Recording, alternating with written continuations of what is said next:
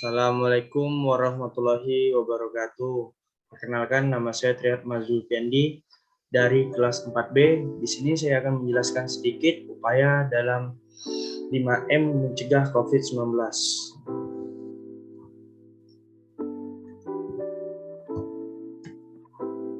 Penularan COVID-19 adalah suatu penularan virus corona dapat terjadi melalui kontak secara langsung maupun tidak langsung atau dekat dengan orang yang terinfeksi melalui sekresi yang terinteraksi seperti air liur dan sekresi pernapasan atau tetesan pernapasan mereka.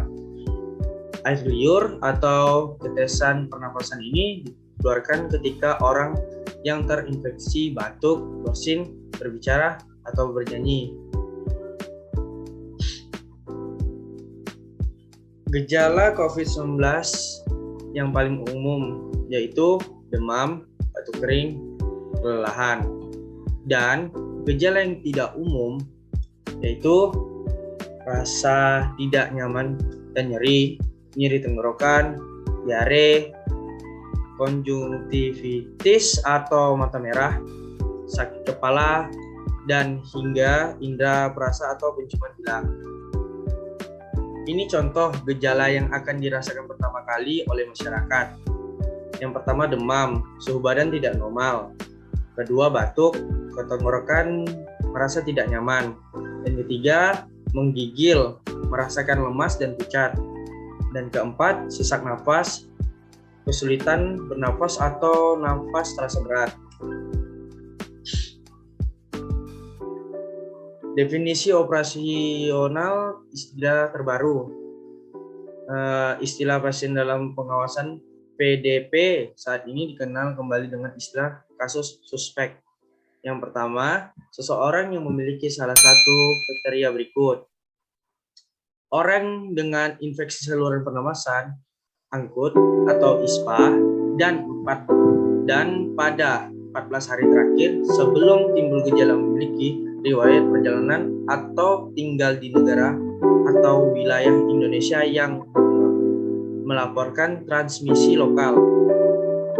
Kedua, orang yang salah satu gejala dan atau ditandai ISPA dan pada 14 akhir terakhir sebelum timbul gejala memiliki riwayat kontak dengan kasus konfirmasi atau problem COVID-19. Orang yang dengan ISPA berat atau pneumonia berat yang membutuhkan perawat di seluruh rumah sakit dan tidak ada penyebab lain berdasarkan gambaran klinis yang diberikan. Kasus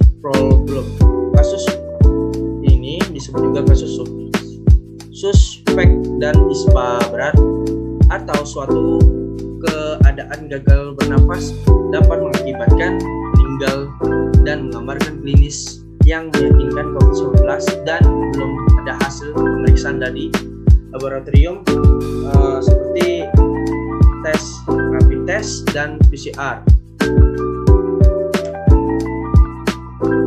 Kasus konfirmasi yaitu seseorang yang dinyatakan positif terinfeksi virus COVID-19 yang dibuktikan dengan pemeriksaan laboratorium melalui rapid test atau PCR. Kasus konfirmasi dibagi menjadi dua.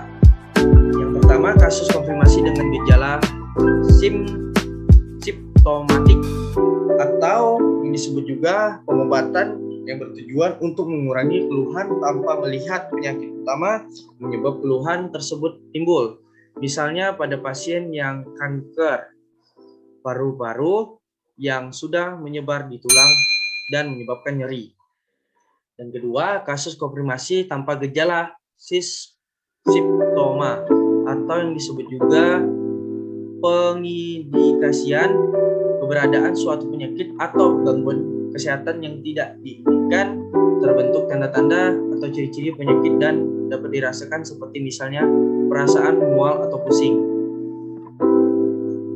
Kontak erat adalah orang yang memiliki riwayat kontak yang khusus problem atau konfirmasi COVID-19 riwayat kontak yang dimaksud antara lain yang pertama kontak tatap muka berdekatan dengan kasus problem atau kasus konfirmasi dalam radius 1 meter dan jangka waktu 15 menit atau lebih. Kedua, sentuhan fisik langsung dengan kasus problem atau konfirmasi seperti bersalaman, berpegangan tangan, dan lain-lain. Dan ketiga, orang yang memberikan perawatan langsung terhadap kasus problem atau konfirmasi tanpa guna APBD yang sesuai standar. Keempat, situasi yang lainnya yang mengindikasikan adanya kontak berdasarkan nilai risiko lokal ditetapkan oleh tipe penyelidikan epidemiologi setempat atau penjelasan sebagian mana terlampir. Kelima, pelaku perjalanan. Seseorang yang melakukan perjalanan dari negeri atau domestik maupun luar negeri pada 14 hari terakhir. Diskret apabila dipenuhi salah satu kriteria berikut. Yang pertama, seseorang yang status kasus suspek yang hasil pemeriksaan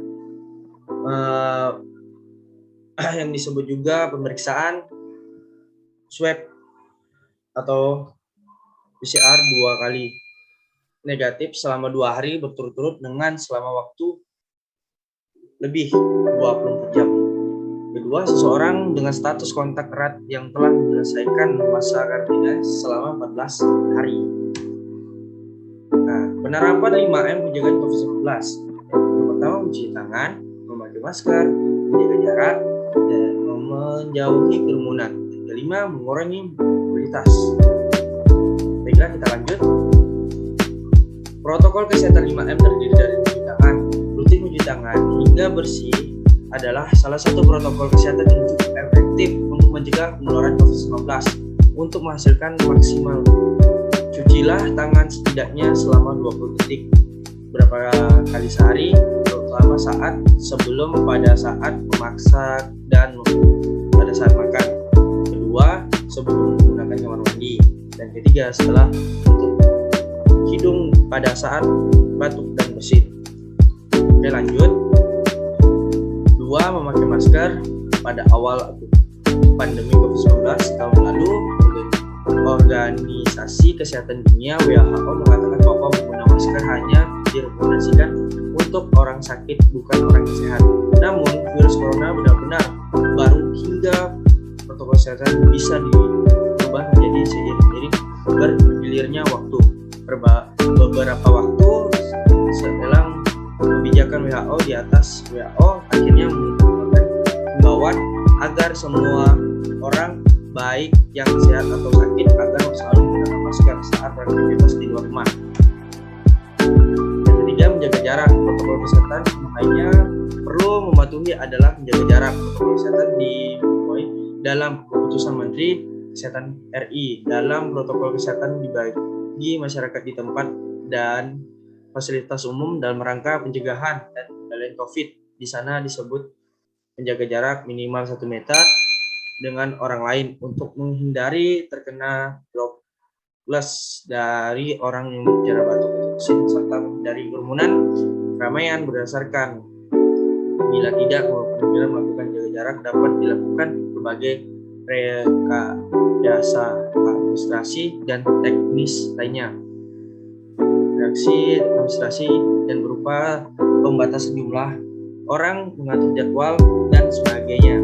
Sedangkan rekayasa teknis antara lain dapat berupa pembuatan praktisi, mengatur jalur masuk dan keluar, dan lain sebagainya. Lanjut. Keempat, menjauhi kerumunan. Selain ketiga hal di atas, mematuhi kerumunan merupakan protokol kesehatan yang juga harus dilakukan menurut Kementerian Kesehatan RI atau disebut Kemenkes. Kesehatan masyarakat diminta mematuhi menjauhi kerumunan saat berada di luar rumah. Ingat, semakin banyak dan sering kamu bertemu orang, maka kemungkinan terinfeksi virus corona pun semakin tinggi. Oleh sebab itu, dihindari keramaian terutama apabila sakit atau berusia di atas 60 tahun atau lansia. Menurut riset, lansia dan pengidap penyakit kronis memiliki risiko yang sangat tinggi terserangnya virus corona. Yang kelima, mengurangi mobilitas, yaitu mengurangi kegiatan di luar. Virus corona menyebabkan COVID-19 bisa berada di mana saja. Jadi semakin dirimu menghabiskan waktu di luar rumah, maka semakin tinggi pula terpapar virus jahat ini. Oleh sebab itu, bila tidak ada keperluan yang mendesak, tetaplah berada di rumah. Menurut Kemenkes, meski kesehatan dan tidak ada gejala penyakit, belum tentu dirimu pulang ke rumah dengan keadaan yang masih yang sama. Pasalnya, virus corona dapat menyebar di infeksi seseorang dengan cepat.